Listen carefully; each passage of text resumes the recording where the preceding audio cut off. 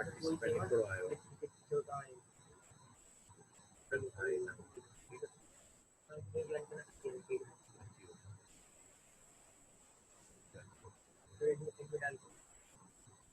इसमें डाल के मतलब आए एक और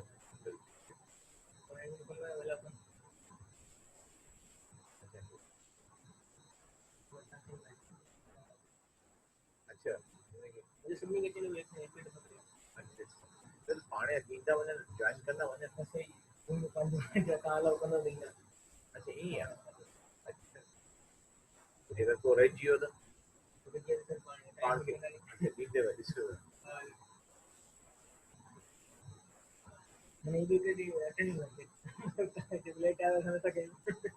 अच्छा ईअं बि आहे अच्छा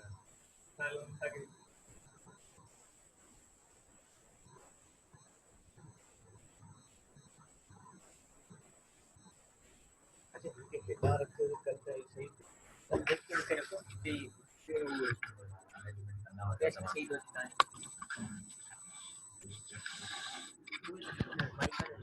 ये बात सही है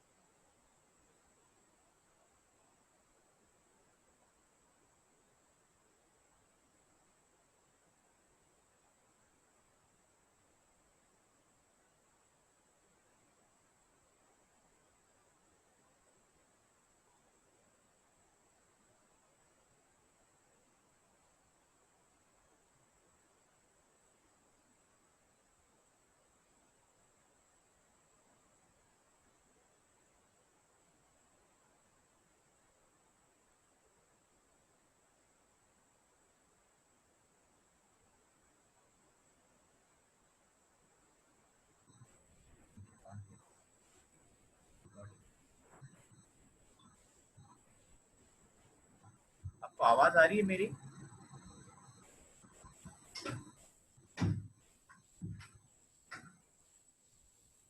चैट पे रिस्पॉन्ड की करना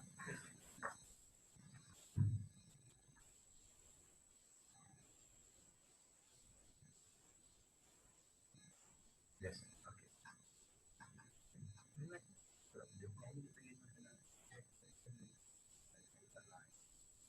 ओके फोन में बैठा ओके बिस्मिल्लाहिर्रहमानिर्रहीम नहमदुहु व नसल्ली अला रसूलिल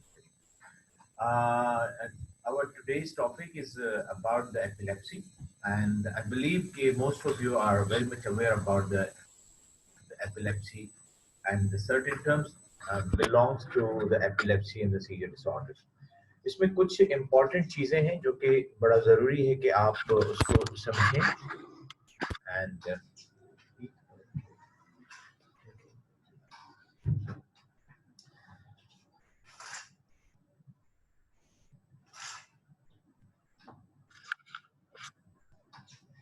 okay.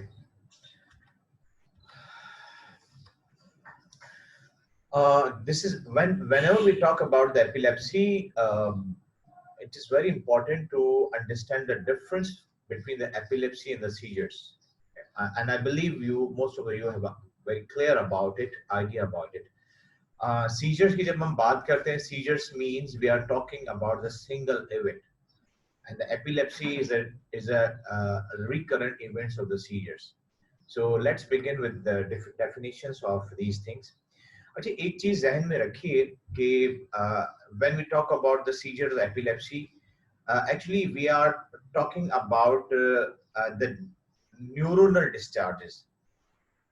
ब्रेन को अगर हम देखें, you know, it's like ECG होती है. जब हम ईसीजी करते हैं तो हार्ट के अंदर कंटिन्यूस इलेक्ट्रिकल एक्टिविटीज चल रही होती हैं. इसी तरह ब्रेन के अंदर इलेक्ट्रिकल एक्टिविटीज ऑन गोइंग होती हैं. यार ये अगर तुम मुझे याद दो ननके दुकान ना तो मुझे हिदा अचीवन इस तरह मुझे तो दिस वीक कॉल करा है. आई एम सॉरी, मुझे ये डिफिकल्ट ऑप्शन है कि आप देखें और एडमिट करें. जगदीश मुझे याद दिलाता रहेगा ना, उसी तरह बीता हूं तो आगे रुकी थी. ब्रेन के अंदर कंटिन्यूस इलेक्ट्रिकल डिस्चार्जेस चलते रहते हैं. So what is the how the seizures are different from the normal brain activity? क्योंकि normal brain activity भी electrical discharges हैं और seizures भी electrical discharge हैं. फर्क क्या है? फर्क ये है कि ब्रेन के जिस पर्टिकुलर एरिया में कोई भी इलेक्ट्रिकल एक्टिविटी हो रही होती है वो वहां तक ही महदूद रहती है, क्योंकि ब्रेन्स में न्यूरॉन्स जो है साइनेप्स के थ्रू एक दूसरे से कनेक्टेड होते हैं. और ये बिल्कुल बिलियन और मिलियन ऑफ द न्यूरॉन्स जो हैं उनकी एक्टिविटीज जो है they are being controlled by their साइनेप्सेस.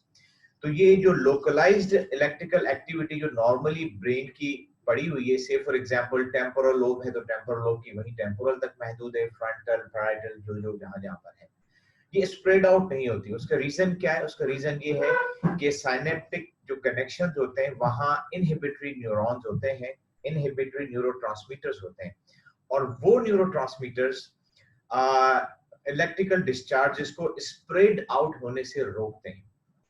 लेकिन जब हम बात करते हैं सीजर्स फिनोमेना की या एपिलेप्सी फिनोमेना की, उसमें क्या होता है कि यही इलेक्ट्रिकल डिस्चार्ज जो है एक जगह प्रोड्यूस होते हैं और उसके बाद ये ओवरऑल स्प्रेड हो जाते हैं. और क्योंकि वो मैकेनिज्म जिसको हम कहते हैं कि साइनेप्सिस हैं जो कि इनहिबिट करते हैं वो डिसऑर्डर्ड हो जाते हैं.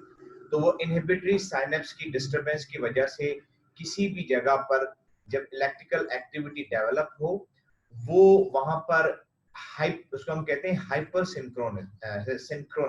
सिंक्रोनस मींस कि एक ही टाइम पर जो इलेक्ट्रिकल एक्टिविटी डिस्चार्ज हो, और वही अगर इलेक्ट्रिकल डिस्चार्ज बहुत हाइप के साथ हो, उसको हम कहते हैं हाइपर सिंक्रोनस, तो फिर वो सीजर्स के जिम्मे में आती. So now with this concept, with this background concept, let's read the definition of the seizures. So seizures is a transient occurrence of clinically बता रहा है signs and the symptoms.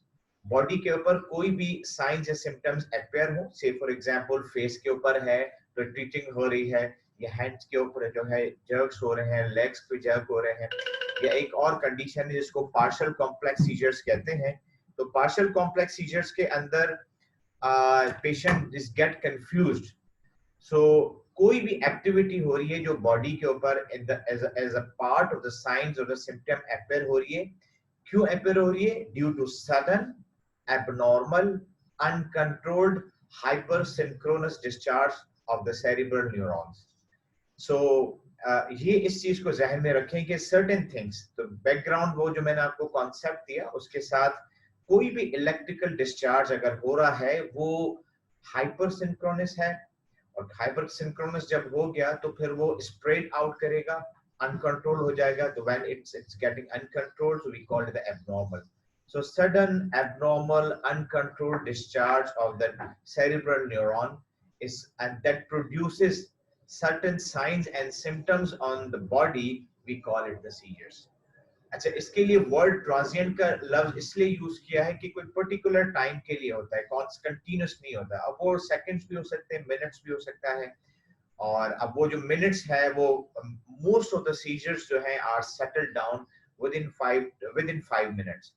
Sometimes इसकी ड्यूरेशन बढ़ जाती है, तो फिर वो स्टेटस एपिलेप्टिकस के जिम्मे में आता है। एक सेकंड पॉइंट आप इसको देखिएगा, ये मैंने लिखा है seizures are cortical phenomena. What is mean by that? देखिए इस पिक्चर में ये कॉर्टेक्स है और seizures are being considered as a cortical phenomena means जब कॉर्टेक्स के अंदर कोई पैथोलॉजी होगी तो वो पैथोलॉजी सीजर्स डेवलप करेगी।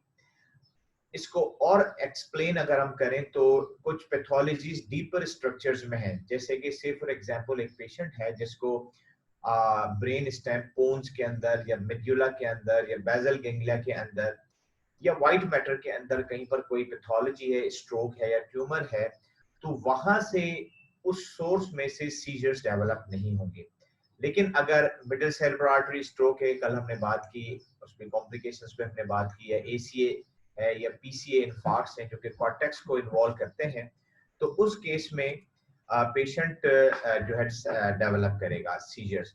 So that's why seizures are considered as a cortical phenomena. Means cerebral cortex की pathology में ये develop होंगे. Okay. Now come to I believe कि it's clear. What is epilepsy? Epilepsy same seizures हैं, लेकिन अगर यही seizures जो हैं recurrent अगर हो जाए तो we call it the epilepsy. अच्छा, एपिलेप्सी में थोड़ी सी बातों का एक कंफ्यूजन क्रिएट हो जाती है। मैं चाहता हूं कि उस कंफ्यूजन में आप ना पड़िएगा। जब भी एपिलेप्सी की बात होती है तो उसमें जो क्लासिकल डेफिनेशन है उसमें ये होता है कि दो या दो से ज्यादा सीजर्स हो जाएं, इसे कहते हैं recurrent. 2 or more than 2 seizures when comes it is called epilepsy. लेकिन टेक्निकल जो इसमें डेफिनेशन में दो बातें कही गई हैं। एक तो ये कि जो दो सीजर्स हैं उनके बीच में जो डिस्टेंस हो, टाइम पीरियड का जो फर्क है, it should be more than 24 hours. ऐसे नहीं कि अभी 1 बजे फिट हुआ उसके बाद 2 बजे फिट हुआ तो you will say it is epilepsy. No, at least 24 hours का डिफरेंस हो तो then you will say this is epilepsy. One. दूसरी इसके लिए जो शर्त है वो ये है कि ये अनप्रोवोक्ड होनी चाहिए। अभी हम आगे एक स्लाइड है जिसमें मैं इसको मजीद एक्सप्लेन करूंगा, उसमें हम ये देखेंगे। Let me start the stop watch so I will control the things. उसके अंदर हम ये देखेंगे कि प्रोवोक्ड और अनप्रोवोक्ड किसको कहते हैं। तो एपिलेप्सी के अंदर जो है 2 or more सीजर्स, और जो 2 सीजर्स हों उनके बीच में जो डिफरेंस है वो 24 आवर्स का हो, but they should be unprovoked. I will explain later on. लेकिन यहाँ नीचे भी अगर आप देखें तो इन्होंने एक्सप्लेन किया हुआ है कि प्रोवोक का मतलब ये है कि कोई नोन अंडरलाइंग कॉज आपको पता हो, और अगर कोई नोन अंडरलाइंग कॉज नहीं क्लियर तो यू विल से इट्स अनप्रोवोक्ड। इसीलिए मोस्ट ऑफ द एपिलेप्सीज जो है 70% केसेस में you don't have an idea about what is the underlying pathology. Terminologies मैंने ये बड़ा इंपॉर्टेंट है जो कि हम यूज करते हैं। इसमें आप देखें कि unprovoked we don't have a known underlying cause, लेकिन इसमें ट्रिगर फैक्टर जरूर आते हैं। कुछ पेशेंट्स जो है स्लीप डेप्रिवेशन की वजह से जो है फिट्स हो जाते हैं, कुछ को सिंपल फीवर हुआ, फेब्राइल इलनेस है उसमें फिट्स हो जाते हैं, और कुछ लोगों को एक एपिलेप्सी या सीजर्स की एक टाइप होती है, we call it the reflex epilepsy. तो फोटो सेंसिटिविटी की वजह से उसको सीजर्स हो जाते हैं, तो we call it the unprovoked seizures. और ये मे बी द सिंगल और द रिकरेंट होंगे तो we call it the epilepsy. Provoked seizures का मींस वो सीजर जिसके लिए नोन अंडरलाइंग रीजंस क्लियर हैं, चाहे वो सीएनएस इन्फेक्शन ब्रेन का हो या पेरिफेरल इन्फेक्शन हो, हेड ट्रॉमा हो, स्ट्रोक हुआ है, या मेटाबॉलिक डिस्टर्बेंस। मेटाबॉलिक डिस्टर्बेंस में मैं हमेशा एक चीज कहता हूं कि हर मेटाबॉलिक डिस्टर्बेंस सीजर्स नहीं क्रिएट करती। जैसे कि पोटेशियम की अप एंड डाउन से कोई फर्क नहीं पड़ता। हाँ, पोटेशियम अप एंड डाउन हो तो हार्ट को तो प्रॉब्लम करता है, लेकिन सीजर्स नहीं करवाता, ये ध्यान में रखिएगा। समटाइम्स वाइवा के अंदर ये चीज पूछी जाती है। और कौन से मेटाबॉलिक डिस्टर्बेंसेस हो तो क्रिएट करते हैं। अगर हाइपोमैग्नीसीमिया हो, हाइपर या हाइपोकैल्सीमिया हो, हाइपर या हाइपर हाइपो या हाइपर नेट्रीमिया हो, सोडियम का अप एंड डाउन हो, या ग्लूकोज जो हाइपरग्लाइसीमिया या हाइपोग्लाइसीमिया हो। तो generally speaking glucose, sodium, calcium, magnesium, इनकी डिस्टर्बेंसेस की वजह से हो तो we call it the metabolic disturbance. अब हम आते हैं एक और टर्मिनोलॉजी यूज करते हैं, we call it the symptomatic seizures. देखिए सिम्प्टोमेटिक सीजर्स एक्यूट भी हैं और रिमोट भी हैं। एक्यूट का मतलब वो है कि you have a near by underline cause. एक पेशेंट्स को आज स्ट्रोक हुआ और 2 दिन के बाद उसको सीजर्स हो गया तो we call it the symptomatic seizures. और इसी तरह सीएनएस इन्फेक्शन रिसेंट में एक पेशेंट आया, सिग्निफिकेंट हाइपोनेट्रीमिया है, उसको फिट्स हो जाते हैं, we call it the acute symptomatic seizures. Remote का मतलब है कि कोई पैथोलॉजी पहले से पड़ी हुई है। आज किसी को स्ट्रोक हुआ और 6 महीने के बाद अगर उसको फिट्स हो जाते हैं इसी स्ट्रोक की वजह से तो we call it the remote symptomatic seizures. या आज ट्रॉमा हुआ है, 3 महीने, 6 महीने, 1 साल, 10 साल के बाद अगर फिट्स होते हैं और आप देखते हैं कोई और रीजन नहीं है सिवाय इस जो हेड इंजरी हुई थी और वहां स्कार बना हुआ है, तो you will say this is the remote symptomatic seizures. तो ये टर्मिनोलॉजीज को काइंडली ध्यान में रखिएगा। ओके, ये जो आपको मैं पिक्चर दिखा रहा हूँ दिस इज ईईजी। इसमें व्हाइट और ब्लू है। आपने ईसीजी तो आपने देखी है, एक सिंगल स्ट्रिप चल रही होती है, लेकिन ब्रेन के अंदर क्योंकि we have a different lobes और राइट ब्रेन, लेफ्ट ब्रेन, तो इसी में आपके पास ये लेफ्ट ब्रेन है, right brain, left brain, right brain. तो ये और डिफरेंट पार्ट्स यहाँ पर ये लिखे हुए हैं, ये डिफरेंट ब्रेन के पार्ट्स हैं जहाँ पर ये इलेक्ट्रोड्स लगे हुए हैं।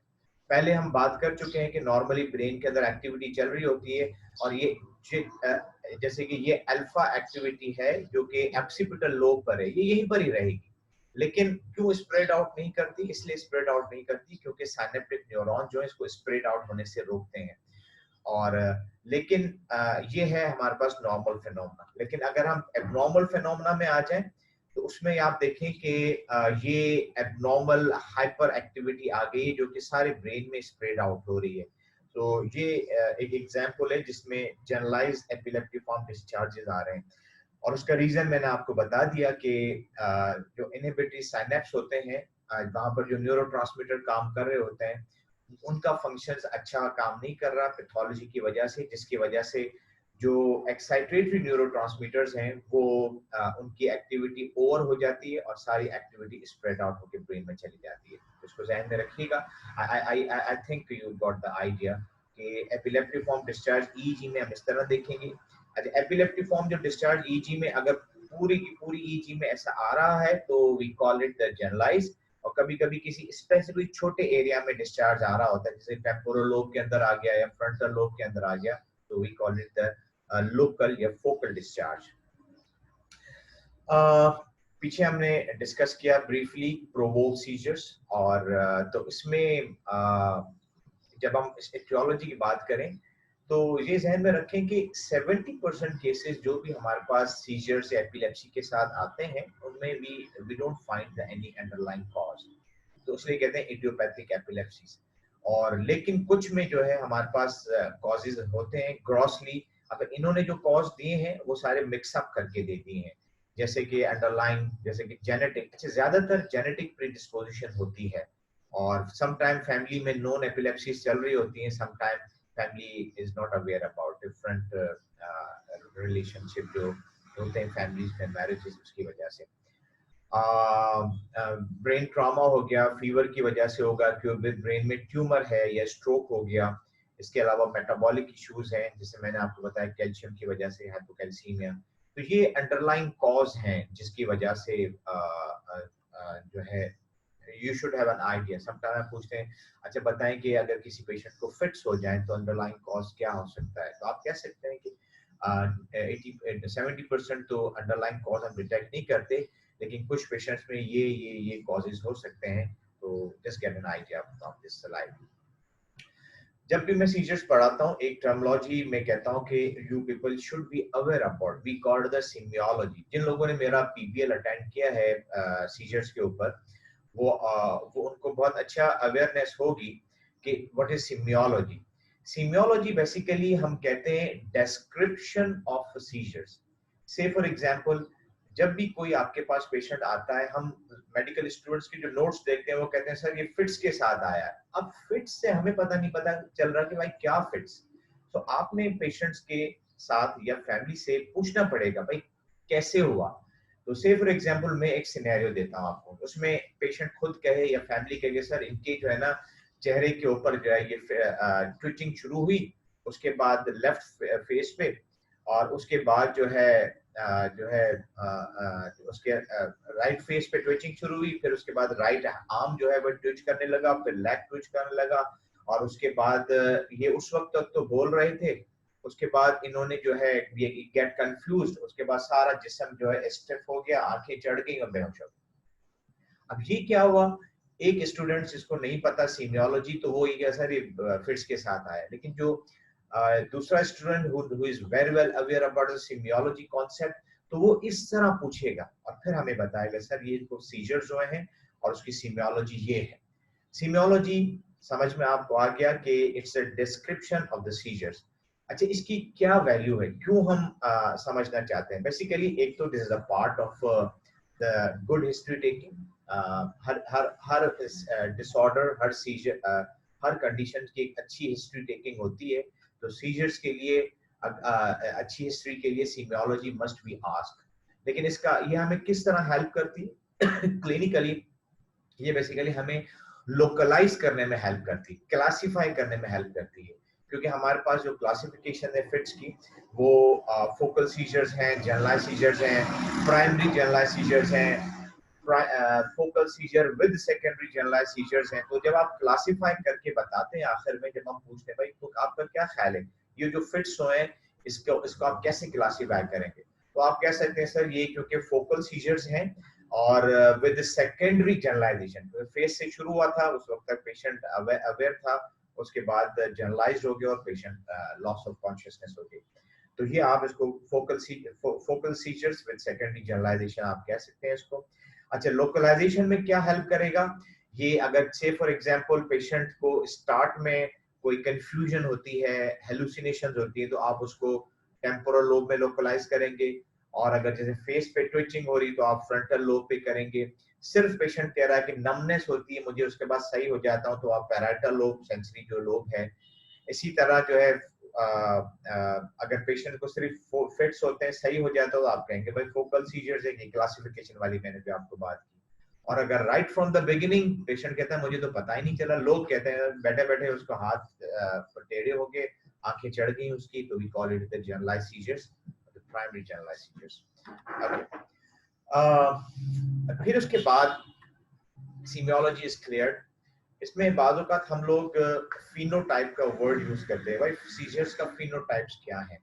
तो फिनोटाइप का मतलब क्लिनिकली वो जो उसको फिट्स होते हैं वो आप कहाँ पर कैटेगराइज करेंगे, उसका लुक कैसे बताएंगे? तो उसमें जो है टॉनिक सीजर्स होते हैं, क्लॉनिक सीजर्स होते हैं, और टॉनिक के अंदर स्टिफनेस हो जाती है, क्लॉनिक के अंदर जो है ये जर्क्स होते हैं, कभी सिर्फ टॉनिक होते हैं, कभी सिर्फ क्लॉनिक होते हैं, कभी मिक्स होता है टॉनिक क्लॉनिक, कभी मायोक्लॉनिक जर्क्स होते हैं। मायोक्लॉनिक जर्क्स सडन जर्क होते हैं, उसके बाद ठीक हो जाता है। अच्छा, एपिलेप्सी के अंदर ये बड़ा जरूरी है कि आप पेशेंट्स को फिनोटाइप आइडेंटिफाई करें। क्लिनिकल ग्राउंड्स में हम लोग पेशेंट्स को कहते हैं कि भाई दिखा के कहते हैं भाई कैसे होते हैं, वो कहते हैं झटके लग रहे हैं, तो आप उसको बताएं कि ऐसा ना हो, क्योंकि अगर से फॉर एग्जांपल पेशेंट्स को मायोक्लोनिक सीजर्स होता है, तो मेडिकेशन जो हम पेशेंट्स को ऑफर करते हैं एपिलेप्सी या सीजर्स कंट्रोल के लिए, उसमें कुछ मेडिकेशन ऐसी होती हैं जो कि मायोक्लोनिक सीजर्स पे बहुत अच्छा कंट्रोल करती हैं, और कुछ एपिलेप्सीज ऐसी मायोक्लोनिक ऐसी एंटी एपिलेप्टिक्स होती हैं जो मायोक्लोनिक सीजर्स को वर्स कर देती हैं। इसी तरह एप्सान सीजर्स होते हैं कि पेशेंट जो से फॉर एग्जांपल एप्सान सीजर्स की मोस्ट कॉमन जो फॉर्म है वो बच्चों के अंदर होती है, जिसको पेटीमाल सीजर्स कहते हैं, जिसमें पेशेंट बैठे बैठे जो है ना आंखों की जो है ना ब्लिंकिंग करना शुरू कर देता है, ऐसे किया सेकंड्स के लिए, उसके बाद ठीक हो गया, फिर सेकंड्स के लिए ब्लिंकिंग की, फिर ठीक हो गया। वो जो सेकंड्स के लिए उसने ब्लिंकिंग की उसको खुद पता नहीं होता। तो और ये ऐसे बच्चे अमूमन क्लास में बैठे हुए होते हैं, अटेंड कर रहे हैं क्लास, और 1 घंटे या आधे घंटे के अंदर कोई 25-30 दफा उसको ये सीजर्स हो जाते हैं। एब्सेंट सीजर्स, और ये जनरलाइज सीजर्स होते हैं। तो उसमें पेशेंट्स की अवेयरनेस खराब हो जाती है। तो उसमें नतीजा क्या होता है, एब्सेंट सीजर वाले बच्चे को लेक्चर ही समझ में नहीं आता। और ऐसा बच्चा अगर बहुत अच्छी स्कूल परफॉर्मेंस, क्लास परफॉर्मेंस देता है, तो जब उसको फिट्स होते हैं तो उसकी परफॉर्मेंस डिक्लाइन की तरफ चली जाती है। तो उसमें या तो टीचर पेरेंट्स से राब्ता करती है या पेरेंट्स टीचर से राब्ता करते हैं, भाई हमारा बच्चे की परफॉर्मेंस क्यों कम हो रही है, इसके नंबर्स कम आना शुरू हो गए। तो फिर ये डिटेक्शन होती है कि नहीं भाई इसको तो एब्सेंट सीजर होते हैं क्लास में और उसको तो समझ में नहीं आता। अब बच्चा तो क्योंकि बच्चा है तो वो एक्सप्लेन नहीं करता कि मुझे क्या हो रहा है, बल्कि इनफैक्ट उसको पता ही नहीं चल रहा होता है। वो तो फैमिली फिर देखती है कि हाँ, ये डॉक्टर्स के पास लेकर जाते हैं तो पता चलता है कि इसको एब्सेंट सीजर्स हो रहे हैं। तो अब कुछ मेडिकेशन जो एंटी एपिलेप्टिक हैं वो एब्सेंट सीजर्स को करेक्ट करती हैं और कुछ उसको वर्स कर देती हैं। तो इसलिए बड़ा जरूरी है कि आप फिनोटाइप आइडेंटिफाई करें, ताकि आप जब एंटी एपिलेप्टिक की सिलेक्शन करें तो वो आपको हेल्प करे, ऐसा ना कि वर्स हो जाए। क्लासिफिकेशन बहुत इंपॉर्टेंट है। आप जब भी एपिलेप्सी या सीजर्स हैंडल करें, you have to take care about certain things, क्योंकि आपने एपिलेप्सी या सीजर्स में एक तो क्लासिफाई करना है, फिर दूसरी चीज सीमियोलॉजी आपको पता होनी चाहिए, और तीसरी चीज फिनोटाइप आपको क्लियर होना चाहिए कि इसका कौन सा है। क्लासिफिकेशन को ग्रॉसली हम कहते हैं कि पार्शियल या फोकल सीजर्स हैं और जनरलाइज सीजर्स हैं। इसको क्विकली मैं आपको समझाने की कोशिश करता हूँ। ये जो पार्शियल सीजर्स हैं, इसमें दो टाइप्स हैं, एक सिंपल पार्शियल सीजर है, दूसरा कॉम्प्लेक्स पार्शियल सीजर्स। आप समझ लें कि कब आप इसको लेबल करेंगे सिंपल पार्शियल और कब आप लेबल करेंगे कॉम्प्लेक्स पार्शियल। सिंपल पार्शियल का मतलब ये है कि पेशेंट्स को बॉडी के ऊपर कहीं पर भी मोटर या सेंसरी जर्क हुआ या सेंसेशन हुई। से फॉर एग्जांपल मैंने आपको कहा कि एक पेशेंट्स कम टू डॉक्टर साहब, ये मेरे चेहरा जो है वो ब्लिंक जो है वो ट्विच करता है। तो आप उससे पूछ सकते हैं कि तुम्हें पता है उस दौरान? हाँ मुझे बिल्कुल पता होता है, 1 मिनट 2 मिनट के लिए करता है फिर सही हो जाता है। या हाथ पे जो है मुझे जर्किंग होती है फिर। तो इसमें क्या हो रहा है कि पेशेंट खुद आपको डिस्क्रिप्शन दे रहा है और उसकी कॉन्शियसनेस मेंटेन्ड है, he is fully aware about कि व्हाट्स हैपनिंग टू हिम। तो उस सीजर्स को आप कहेंगे सिंपल पार्शियल सीजर्स, और इसमें अवेयरनेस इज मेंटेन्ड। लेकिन कॉम्प्लेक्स पार्शियल में उसकी कॉन्शियसनेस या अवेयरनेस मेंटेन नहीं होती। माइंड इट कि जब हम कहते हैं अवेयरनेस या कॉन्शियसनेस मेंटेन नहीं रहती, इसका मतलब बेहोश नहीं होता, लॉस ऑफ कॉन्शियसनेस नहीं है, लेकिन अवेयरनेस जो है उसकी अफेक्ट होती है। कैसे? जो एक कॉमन एग्जांपल जो कॉम्प्लेक्स पार्शियल सीजर्स के लिए मैं देता हूँ, वो ये होती है कि फैमिली बताती है, डॉक्टर साहब ये मेरे सामने बैठे थे, अचानक से इन्होंने जो है ना बातें करते करते चुप हो गए और इधर उधर देखना इन्होंने शुरू कर दिया। उसके बाद इसमें ऑटोमेटिज्म एक वर्ड हम यूज करते हैं जो कि पार्शियल कॉम्प्लेक्स सीजर्स के अंदर बहुत होता है। उसमें इस ऑटोमेटिज्म मींस स्पॉन्टेनियस एक्टिविटी कोई ना कोई शुरू हो जाती है। से फॉर एग्जांपल लिप स्मैकिंग, अब वो बात भी नहीं कर रहा, इधर उधर देख रहा है, कंफ्यूज हो गया, लिप स्मैकिंग कर रहा है, या कपड़ों को जो है अपना जो है खींचना शुरू कर देता है, ये चीज कोई पड़ी हुई है उसको पकड़ना शुरू कर देता है, उसके साथ प्ले करना शुरू कर देता है। But patient during that time remain quite confuse, not aware about that, लेकिन बेहोश नहीं होता। और ये कैफियत उसकी मे बी 1 मिनट रहे, 2 मिनट रहे, 5 मिनट रहे, उसके बाद ठीक हो जाता है। जब आप पेशेंट से पूछते हैं भाई आपको क्या हुआ था, patient is not aware about that. तो इट्स वेरी इंपॉर्टेंट कि जब भी आप पार्शियल सीजर्स को ये डिस्क्रिप्शन दें कि ये सिंपल है और ये कॉम्प्लेक्स है, तो ये पॉइंट्स को ध्यान में रखना है।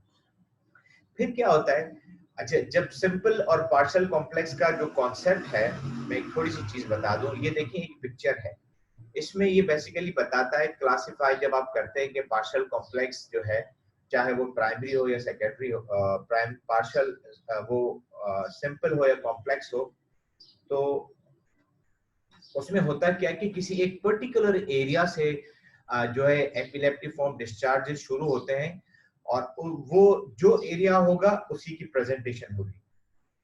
जैसे मैंने आपको पहले बताया कि अगर ये फ्रंटल लोब से ओरिजिनेट होता है तो फेस पे ट्विचिंग होगी और patient is fully aware about that, तो आप उसको लेबल करेंगे this is simple partial seizures. और अगर ये टेम्पोरल लोब से ओरिजिनेट होता है तो टेम्पोरल लोब के सीजर्स अमूमन अमूमन जिसको हम साइकोमोटर सीजर्स भी कहते हैं, ये पार्शियल कॉम्प्लेक्स की कैटेगरी में आते हैं। पेशेंट जो अवेयरनेस खत्म हो जाती है और कंफ्यूज हो जाता है। तो अगर ये फोकस यहीं तक मेंटेन रहते हैं, फ्रंटल का फ्रंटल तक रहा, टेम्पोरल का टेम्पोरल तक रहा, 1 मिनट 1.5 मिनट 2 मिनट, फिर पेशेंट बिल्कुल ठीक हो गया, क्या है running out of time, we have to remove the 40 minutes time. क्या करेंगे आप?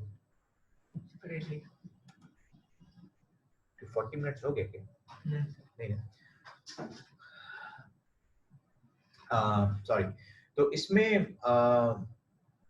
तो हम उसको लेबल करेंगे अगर वहीं तक ही रहता है तो पार्शियल। लेकिन कभी कभी क्या होता है कि वहीं रहते हुए वो स्टार्ट तो हुआ फोकली और उसके बाद वो स्प्रेड आउट हो गया। मैंने आपको एग्जांपल दी कि फेस से स्टार्ट हुआ, आर्म पे चला गया, लेग पे चला गया, उसके बाद जनरलाइज फिट्स हो गए। तो इसको हम कहते हैं सिंपल, इसको कहते हैं partial seizures with secondary generalisation. अब अगर वो सिंपल था तो simple partial seizures with secondary generalisation, और अगर वो कॉम्प्लेक्स से शुरू हुआ था तो complex partial seizures with secondary generalisation. तो इसको आप ध्यान में रखिएगा। तो इसीलिए पार्शियल सीजर्स की जो थर्ड कैटेगरी है वो ये है partial with the secondary generalisation. फिर पार्शियल के साथ आप ऐड करेंगे कॉम्प्लेक्स था या सिंपल था, उसी तरह। दूसरा हमारे पास ये होता है कि जनरलाइज सीजर जो प्राइमरी है, ये फर्क देखें, ये प्राइमरी जनरलाइज सीजर्स है, ये सेकेंडरी। सेकेंडरी का मतलब पहले पार्शियल से शुरू हुआ और फिर वो फोकस स्प्रेड आउट हो गया। और सेकेंडरी और प्राइमरी जनरलाइज सीजर से मतलब राइट फ्रॉम द बिगिनिंग जो है फिट्स जनरलाइज होते हैं। इसकी क्लिनिकली आप सीमियोलॉजी से कैसे आइडिया लगाएंगे? आप ऐसे आइडिया लगाएंगे, पेशेंट्स को तो कुछ पता ही नहीं होगा, घर वाले कहेंगे डॉक्टर साहब इसको बैठे बैठे झटके लग गए और इस तरह हो गया, व्हाटएवर जिस तरह भी है। पेशेंट से पूछें कि आपको पता चलता है? पेशेंट कहते हैं मैं तो लिख रहा था, उसके बाद पता नहीं क्या हुआ। तो जब patient is not admitting any starting point तो यू विल से कि this is primary generalise seizures. फिर वो फिनोटाइप के हिसाब से आप उसको लेबल करेंगे कि प्राइमरी मायोक्लोनिक जनरलाइज सीजर्स थे, tonic clonic, tonic clonic, atonic या एप्सिलॉन सीजर्स। ठीक है, ये क्लासिफिकेशन की फर्दर इसमें आप और एग्जांपल से। अच्छा, ये एक चीज है जैक्सोनियन, मेरे ख्याल में एक आगे स्लाइड है, मैं आपको बताऊंगा उसको। अच्छा, इसमें एक चीज मैं आपको बता दूं, ये देखिए ये जो एरिया है ये थैलेमस का है। ये जो प्राइमरी सीजर्स होते हैं, मैंने अभी आपको बताया कि जब पूरे ब्रेन में जब ब्रेन एक्टिविटी स्टार्ट होती है, बेसिकली उसके लिए जो सोर्स ऑफ ओरिजिन है वो थैलेमस होता है। हालांकि आप फिर कहेंगे अभी तो आपने कहा था कि cortical phenomena, yes cortical phenomena में कॉर्टेक्स इन्वॉल्व होता है इसमें। दैट्स व्हाई जो न्यूरॉन जो कॉर्टेक्स के हैं वो जब इन्वॉल्व होंगे तो फिर आपको सीजर्स होंगे। लेकिन अगर हम इनके कनेक्शंस देखते हैं तो थैलेमो कॉर्टिकल कनेक्शंस होते हैं उन कनेक्शंस की इन्वॉल्वमेंट की वजह से। तो देखा ये गया है कि जो प्राइमरी जनरलाइज सीजर्स हैं या वो सीजर्स जो कि फोकल है फिर सेकेंडरी जनरलाइजेशन होती है, तो उनके सिग्नल्स थैलेमस में पहुंच के फिर स्प्रेड आउट होते हैं। तो इस चीज को आप ध्यान में रखें कि थैलेमस की इन्वॉल्वमेंट है, लेकिन अल्टीमेटली ये कॉर्टेक्स के न्यूरॉन ही इन्वॉल्व होते हैं इसमें। अब आई गेस कि आपने सिंपल पार्शियल सीजर्स का कॉन्सेप्ट ले लिया होगा। जैक्सोनियन मार्च, वो जो एग्जांपल मैंने आपको दी थी कि ये फेस पे स्टार्ट हुआ, फिर हाथ पे आया, फिर पांव पे चला गया, तो it's kind of the marching spread out बढ़ रहा है, we call it the Jacksonian march. Sometime viva में हम पूछते हैं what is Jacksonian march seizures, तो be clear about that. Very good terminology, Todd's palsy. I believe कि जिन लोगों ने सीजर्स के अटेंड किया है उनको पता होगा कि टॉर्च पैल्सी क्या है। समटाइम क्या होता है कि जो फोकल सीजर्स होते हैं उसके बाद पेशेंट्स को उसी साइड पर वीकनेस डेवलप हो जाती है, और वो वीकनेस इसलिए होती है कि से फॉर एग्जांपल फ्रंटल लोब पे फोकल सीजर्स हुआ और उसके बाद राइट आर्म या राइट लेग जर्किंग होती रही, और उसके बाद जब फिट्स खत्म हो गया तो वही साइड वीक हो गया। और वो वीकनेस जो है आपको 1 घंटा रहे, 5 मिनट रहे, 24 आवर्स रहे, 48 आवर्स रहे, तो we call it the Todd's palsy. अच्छा, यहाँ पर एक चीज जो आपको समझनी है, हाउ वी कैन डिफरेंशिएट कि ये इसको स्ट्रोक हुआ उसकी वजह से फिट हुए या ये फिट के बाद टॉर्च पैल्सी है। Very smart. इसके लिए फिर ये होता है कि फर्स्ट टाइम जब पेशेंट हमारे पास कोई आता है कि डॉक्टर उसको वीकनेस हुई है, तो डॉक्टर साहब वो हिस्ट्री लेते हैं तो कहते हैं डॉक्टर साहब पहले इसको फिट हुआ था उसके बाद वीकनेस हुई। तो उस वक्त हम कहते हैं कि हो सकता है कि सीजर्स के बाद वीकनेस हुई है, तो we call it the Todd's palsy, या हो सकता है जैसे ही स्ट्रोक हुआ उसके साथ ही फिट्स हो गया। समटाइम जो कार्डियो एम्बोलिक स्ट्रोक्स होते हैं वो फ्रंटल लोब पे अगर जाते हैं तो उनकी प्रेजेंटेशन ही सीजर्स के साथ होती है, लेकिन बेसिकली वो स्ट्रोक होके सीजर होता है। तो इस सिनेरियो में हम क्या करें, पहले तो आप समझ लें जब हम टर्म यूज करें टॉर्च पैल्सी, तो इसका मतलब है कि आप इसको समझेंगे कि ये वो वीकनेस है जो फिट्स के बाद हुई है। इसके लिए एक और टर्म यूज करते हैं पोस्ट इक्टल पैरासिस पैरालिसिस। और इसको स्ट्रोक से कैसे डिफरेंशिएट करेंगे, पेशेंट ईआर में आया है और अगर उसकी वीकनेस हम देखते हैं कि यार 24 आवर्स हो गए अभी तक वीकनेस बेहतर नहीं हुई, तो फिर हम उसका इमेजिंग करवाते हैं, प्रेफरेबली एमआरआई करवाते हैं। अगर एमआरआई के अंदर स्ट्रोक अगर होगा तो क्लियरली आ जाएगा, अगर स्ट्रोक आ गया तो आप कहेंगे yes this is the stroke और स्ट्रोक की वजह से फिट हुए थे, तो this is not torch palsy, is stroke. लेकिन अगर 24 घंटे गुजर गए एमआरआई स्टिल नॉर्मल है, तो फिर आप कहेंगे ये टॉर्च पैल्सी है और मे बी आने वाले 24, 36, 48 आवर्स में इंप्रूव हो जाए। तो this is very important to clear this clinical grounds पे।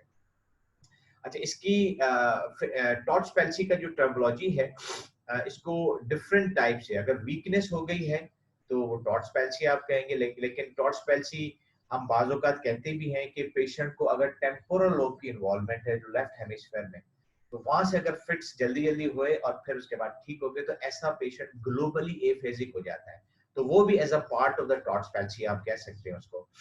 तो इसलिए अगर लैंग्वेज एरिया इन्वॉल्व हुआ है तो we call it the aphasia Todd's palsy. और अगर ब्लाइंड ऑक्सीपिटल लोब की फिट्स की वजह से उसको इन्वॉल्वमेंट हुई है तो आप विजुअल फील्ड इफेक्ट आ सकता है उसमें, तो इस चीज को ध्यान में रखिएगा। Now come to this we were talking about simple partial seizures, और ये टॉर्च पैल्सी की जितनी भी चीजें हैं ये अमूमन सिंपल पार्शियल में आती हैं कॉमनली। और दूसरा ये कॉम्प्लेक्स पार्शियल, मैंने आपको बता दिया कि mostly complex partial seizures originate होते हैं टेम्पोरल लोब से, और इसीलिए इनको हम साइकोमोटर सीजर्स कहते हैं। साइकोमोटर इसलिए भी कहते हैं कि उसका एब्नॉर्मल बिहेवियर होता है, सम टाइम इररिलेवेंट टॉक करता है, सम टाइम एग्रेसिव हो जाता है, सम टाइम उसको abnormally aggressive behavior करता है। I still remember when I was doing my residency, वहाँ पर इमरजेंसी में आगा खान में I was there, तो आगा खान हॉस्पिटल के इमरजेंसी में एक पेशेंट्स को लेके आया ना, he was shouting a lot, तो उसको यही समझा गया कि शायद ये स्किज़ोफ्रेनिक केस है, तो उसको जो है उन्होंने साइकियाट्रिस्ट ने देखा, उसको जाके एडमिट कर लिया। लेकिन 1 या 2 दिन के बाद they involved us and then finally we concluded कि ये basically it's not the schizophrenia या साइकोसिस, बल्कि ये टेम्पोरल लोब के साइकोमोटर सीजर्स की प्रेजेंटेशन थी। तो yes, the complex partial seizures अगर वो साइकियाट्रिकल बिहेवियर करता है तो we label it the psychomotor seizures. लेकिन जैसे मैं आपको टर्मिनोलॉजी में कहा कि ये इसमें लॉस ऑफ कॉन्शियसनेस नहीं होती, सिर्फ जो अलर्टनेस होती है या अवेयरनेस होती है वो ऑल्टर्ड हो जाती है। और अगर loss of consciousness is a feature of generalised seizures, loss of consciousness यानी बेहोश हो जाएगा, तो जब पेशेंट बेहोश होगा तो we will say this is generalised seizures, चाहे वो सेकेंडरी जनरलाइजेशन हो या प्राइमरी जनरलाइजेशन हो। ये मैंने आपको बता दिया पार्शियल सीजर्स, जनरलाइज्ड सीजर्स की टाइप्स हमने डिस्कस कर चुके हैं।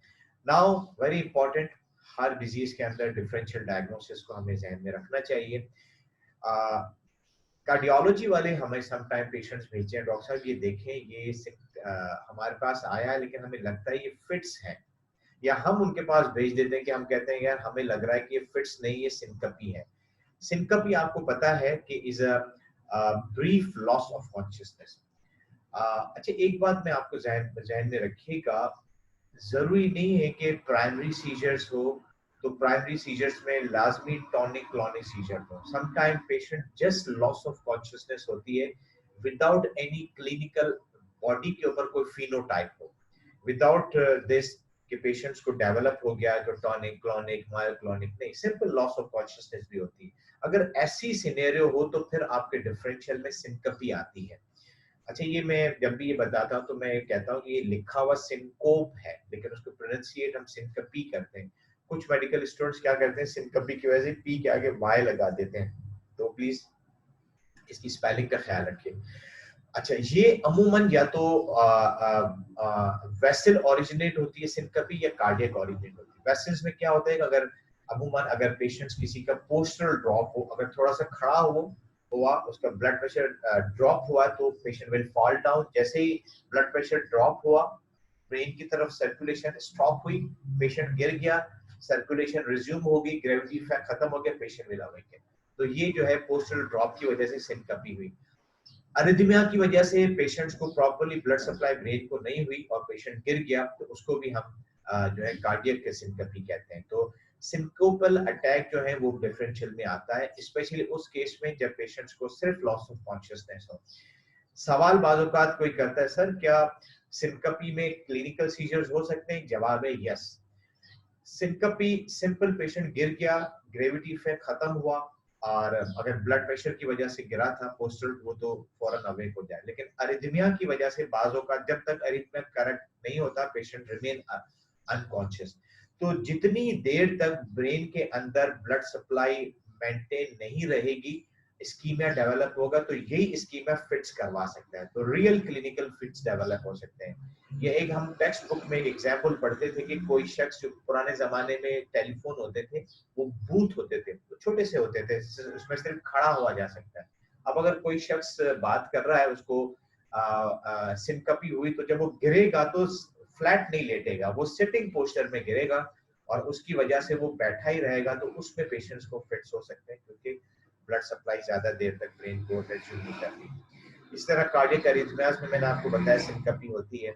कॉम्प्लिकेटेड माइग्रेन की कल हमने बात की, जिसमें पेशेंट्स को हेमिप्लेजिक माइग्रेन होते हैं, तो उसमें जो है पेशेंट्स को, और सम टाइम पेशेंट्स को जो है, जो इसमें स्पेशली हम माइग्रेन उस वक्त कंसीडर करते हैं क्योंकि पेशेंट का लॉस ऑफ कॉन्शियसनेस। तो कॉम्प्लिकेटेड माइग्रेन एक वो होता है जो कि ब्रेन स्टेम को इन्वॉल्व करता है, उसमें वेस्कुलर इंटरप्शन हो जाती है, तो उसमें patient sudden loss of consciousness कर जाता है, हेडेक की हिस्ट्री देता है और रिकरेंट लॉस ऑफ कॉन्शियसनेस की। तो उसमें फिर हम डिफरेंशियल रखते हैं, या तो रिकरेंट पोस्टीरियर सर्कुलेशन टीआईए है या कॉम्प्लिकेटेड पोस्टीरियर सर्कुलेशन माइग्रेन है। तो complicated migraine of the posterior circulation जो इसकी डिफरेंशियल में आते हैं। एक स्लीप डिसऑर्डर है नार्कोलेप्सी, उसमें पेशेंट बार बार नींद में चला जाता है, तो उसको भी हम डिफरेंशियल में रखते हैं। Last but not the least is very important, हमारे पास यहाँ स्पेशली फीमेल्स में, यस, यंग फीमेल्स में और यंग मेल्स, लेकिन रेशियो बहुत मेल्स के अंदर कम है, उसमें सूडो सीजर्स होते हैं। पेशेंट को जर्क हुए उसके बाद बेहोश हो गया, और लेकिन उनका एक क्लासिकल जो लुक होता है, और उसकी वजह से आप पेशेंट्स को पहचानते हैं कि ये सूडो सीजर्स हो रहे हैं। और मेरे ख्याल में सूडो सीजर आपको साइकेट्री में भी किसी ने किया हुआ हो, लेकिन ये बड़ा इंटरेस्टिंग है। तो pseudo seizure is always one of the differential diagnosis, specially अगर आप पेशेंट कोई यंग पेशेंट डील कर रहे हैं और यंग फीमेल डील कर रहे हैं। तो कैसे डायग्नोसिस करते हैं, मैं आपको बता दूं कि जो सीजर्स की डायग्नोसिस है ये प्योर क्लिनिकल डायग्नोसिस है। अगर you are not expert in the good history taking and clinical, आप सीजर्स को मिस कर सकते हैं। You don't have other tool to diagnose seizures. और बाकी जितने भी हम टूल यूज करते हैं वो बाज़ औक़ात हमें हेल्प करते हैं, लेकिन ज्यादातर बिल्कुल भी हेल्प नहीं करते। तो यस, हिस्ट्री हमें हेल्प करेगी, प्रॉपर हिस्ट्री लें। सीमियोलॉजी इज एक्सट्रीमली इंपॉर्टेंट, हम डिस्कस कर चुके हैं। बाकी जो हम इन्वेस्टिगेशन करते हैं वो बेसिकली हम सेकेंडरी कॉज देखने के लिए, इसमें कैल्शियम, मैग्नीशियम, ग्लूकोज, सोडियम मैं बता चुका हूँ, पोटेशियम देखिए इसमें इंक्लूडेड नहीं है। ईईजी जो है इसकी बहुत ज्यादा लिमिटेशंस हैं। ईईजी अमूमन मैं अपने पेशेंट्स की ईईजी बहुत कम करवाता हूँ, क्योंकि पेशेंट मोस्टली आते हैं जिनको फिट्स 1 या 2 हो चुके होते हैं और हमने डिसाइड कर लिया कि इनको जो है ना दवाई शुरू करवानी। ईईजी की अमूमन जो डायग्नोसिस में इसका जो रोल है, पीडियाट्रिक्स ग्रुप में है, वहाँ सिंड्रोम चल रहे होते हैं, तो वहां पर इसका रोल है। दूसरा, ईईजी में कभी आपको कंफ्यूजन हो रही है कि यार ये जो ईईजी है ये जो फिट्स हो रहे हैं पेशेंट्स को, ये रियल फिट हैं या सूडो सीजर्स हैं, तो उस वक्त आपकी ईईजी की रिक्वायरमेंट होती है। फिर अगर आपके पास फैसिलिटी है तो आप वीडियो ईजी करें, ईजी हो रही है उसी वक्त वीडियो भी हो रही है। हमारे बड़े जो टर्शियरी केयर हॉस्पिटल्स हैं वहाँ फैसिलिटीज हैं, हमारे पास नहीं है, लेकिन उसको हम इस तरह कंपनसेट करते हैं, हम प्रोलॉन्ग ईजी करते हैं पेशेंट्स की। अगर उसको बहुत जल्दी जल्दी फिट्स हो रहे हैं, 1 घंटा 2 घंटा 3 घंटे की ईजी हो रही है, अगर ड्यूरिंग ईजी उसको फिट्स हो गए, जो इवेंट हो गया, और वो इवेंट अगर रियल सीजर्स हैं, तो ईजी के अंदर जो है एपिलेप्टिफॉर्म एक्टिविटी आना शुरू हो जाएगी और आप कहेंगे दिस इज रियल सीजर्स। लेकिन पेशेंट्स को क्लिनिकली सीजर्स हो रहे हैं और ईजी बिल्कुल साइलेंट पड़ी हुई है, उसमें कुछ भी नहीं हुआ, तो आप उसको कहेंगे this is the non epileptic seizures, जो कि अमूमन साइकोजेनिक होते हैं। ब्रेन इमेजिंग मैंने आपको बता दिया कि अंडरलाइन कॉज को रूल आउट करने के लिए। सीएसएफ हम उस वक्त करते हैं कोई क्रिटिकल पेशेंट एडमिट हुआ है, फिट्स हो रहे हैं, तो आप ये देखने के लिए कि इसको सीएनएस इन्फेक्शन तो नहीं है।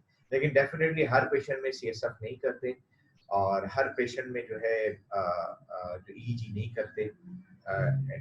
लेकिन आपको कभी भी कोई पूछे भाई इन्वेस्टिगेशन क्या करेंगे, तो आप ये मेटाबॉलिक के लिए ये 4 टेस्टों के नाम जरूर बताएं, और ईईजी बताएं कि इसके लिमिटेड करेंगे आप इसको, ब्रेन इमेजिंग करेंगे अंडरलाइन कॉज रूल आउट करने के लिए, और इन्फेक्शन की सस्पिशन है तो सीएसएफ करेंगे आप। ठीक है। अच्छा, ट्रीटमेंट को हम बहुत ज्यादा डिस्कस नहीं करेंगे, लेकिन ये है कि क्या हर पेशेंट्स को ट्रीटमेंट की जरूरत है।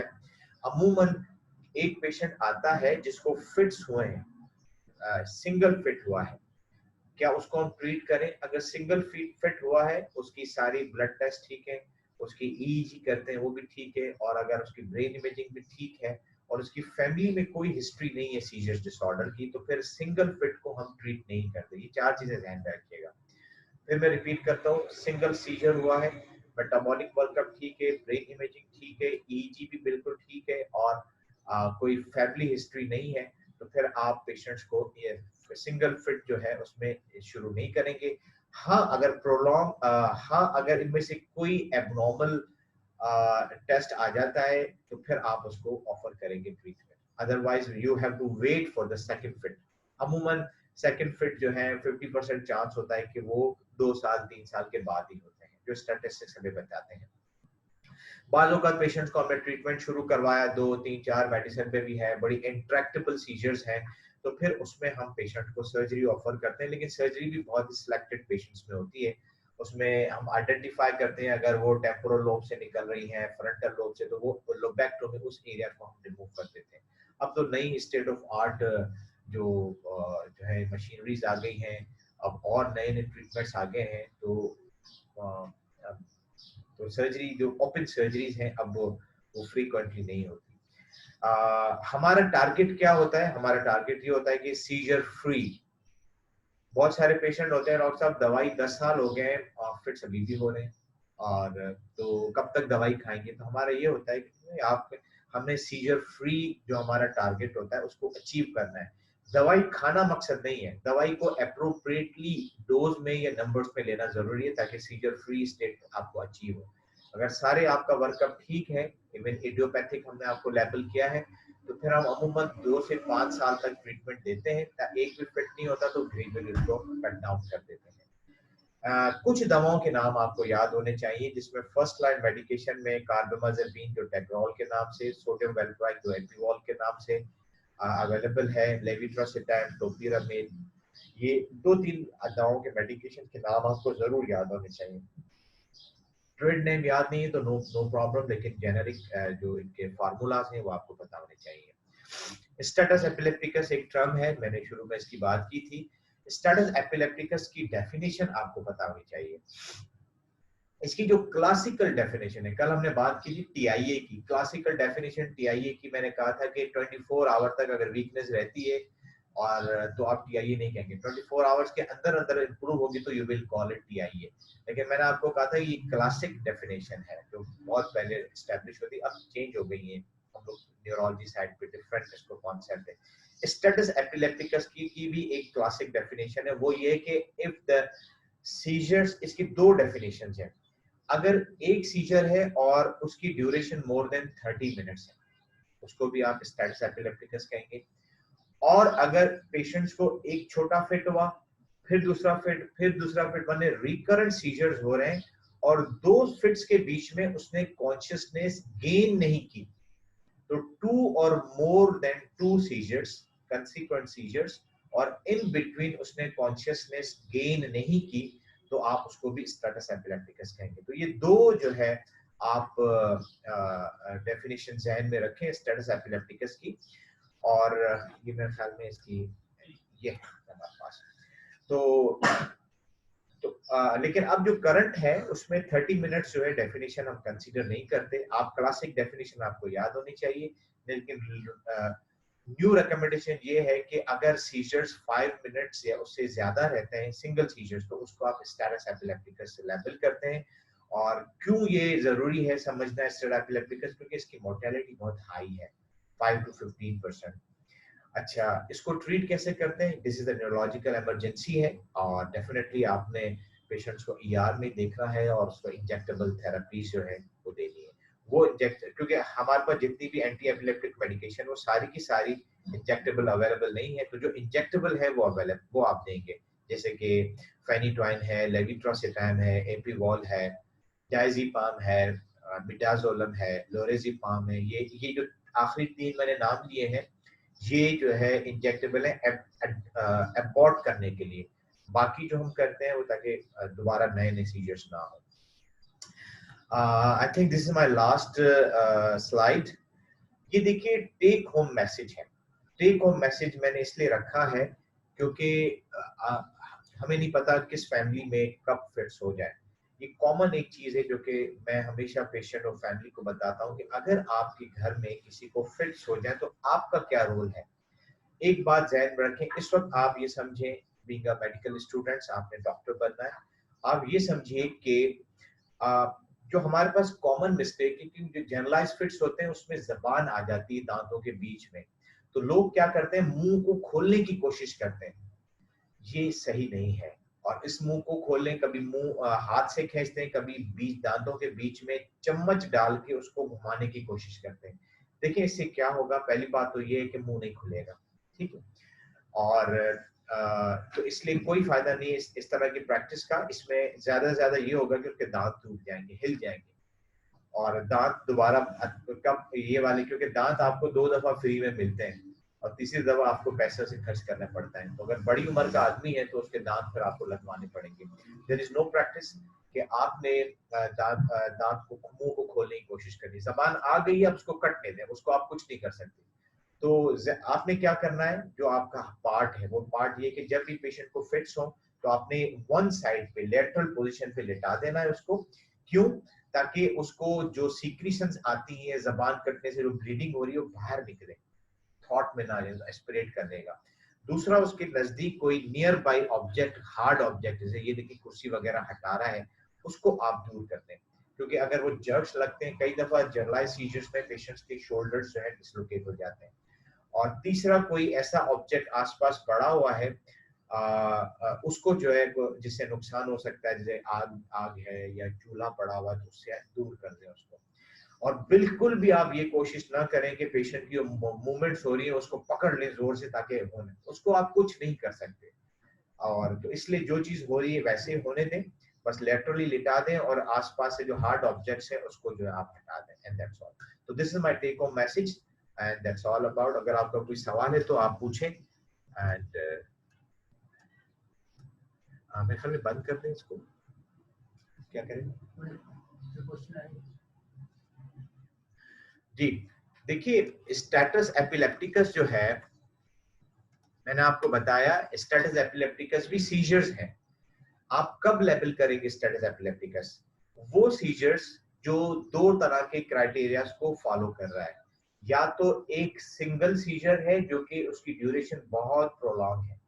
पहले इसकी क्लासिक डेफिनेशन थी कि अगर 30 मिनट से इससे ज्यादा का सीजर हो जाए, you will label it as a status epilepticus. या दूसरी इसकी डेफिनेशन है कि छोटे छोटे फिट्स हो रहे हैं, छोटे छोटे सीजर हो रहे हैं, सीजर हुआ फिर सही हो गया पेशेंट, फिर सीजर हुआ फिर रुक गया। अगर इन 2 सीजर्स के बीच में पेशेंट्स अवेक हो जाता है, बातें करना शुरू हो जाता है, फिर तो आप लेबल नहीं करेंगे उसको स्टेटस। लेकिन रिमेन अनकॉन्शियस या कंफ्यूज रहता है, बात नहीं कर पाता, तो you will label it as a status epilepticus. Jacksonian seizures मैंने आपको बताया कि Jacksonian seizure are the simple partial seizures. इसमें इसको कहते हैं जैक्सोनियन मार्च भी कहते हैं। मार्चिंग क्योंकि फेस पे, ये मुझे दे, लुक एट मी, फेस पे ट्विचिंग हुई, फिर हाथ पे ट्विचिंग हुई, फिर पांव पे ट्विचिंग। तो started from the face, then involve the arm, then involve the leg. तो ये जैक्सोनियन मार्च है, तो मार्चिंग हो रही है, आगे बढ़ता जा रहा है। तो we call it Jacksonian seizures. जी जल्दी से पूछिए अगर कोई क्वेश्चन है तो स्टॉप। डीपर लीजन, हाँ देखिए वो इसलिए जो सीजर्स को कॉर्टिकल फेनोमेना इसलिए कहा गया है कि जो साइनेप्टिक कनेक्शन, इसका एग्जैक्ट रीजंस तो I am not aware about के क्यों डीपर लीजन्स नहीं करते, लेकिन जो कनेक्शन की जो वाइड स्प्रेड कनेक्शंस हैं, जहां पर इनहिबिटरी न्यूरोट्रांसमीटर्स हैं, एक्साइटेटरी न्यूरोट्रांसमीटर हैं, और इजीली प्रॉब्लम हो जाता है, तो वो कॉर्टेक्स के अंदर ये फिनोमेना बहुत ज्यादा अवेलेबल है, इसलिए वहां पर इजीली जो है फिट्स हो जाते हैं। अब इसकी एग्जांपल खैर अप्रोप्रिएट तो नहीं होगी जस्ट समझाने पे कि गाड़ियां जो है उस रोड पे क्यों स्लिप होती हैं जिसपे पानी पड़ा हुआ हो, और रोड तो रोड है, तो इससे आप you can get an idea. तो मे बी जो एरिया वो कॉर्टेक्स का बहुत वाइड है, या वहां पर वो न्यूरोट्रांसमीटर्स जो स्टिमुलेटरी है वो ज्यादा है, या इनहिबिटरी कम है, तो इस तरह की कोई बात। But the right answers I'm not aware about. But it's a good answer, a good question. I would like to look at.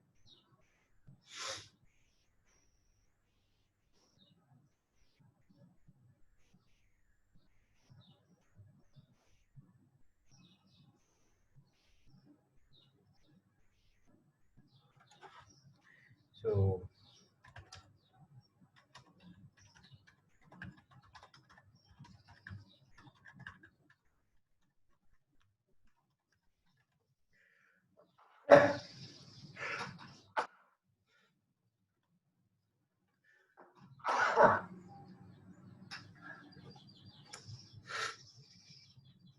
ठीक है ना, stop sharing. Yes. अच्छा, इन्हें जो वीडियो कितने होनी पाए? NVD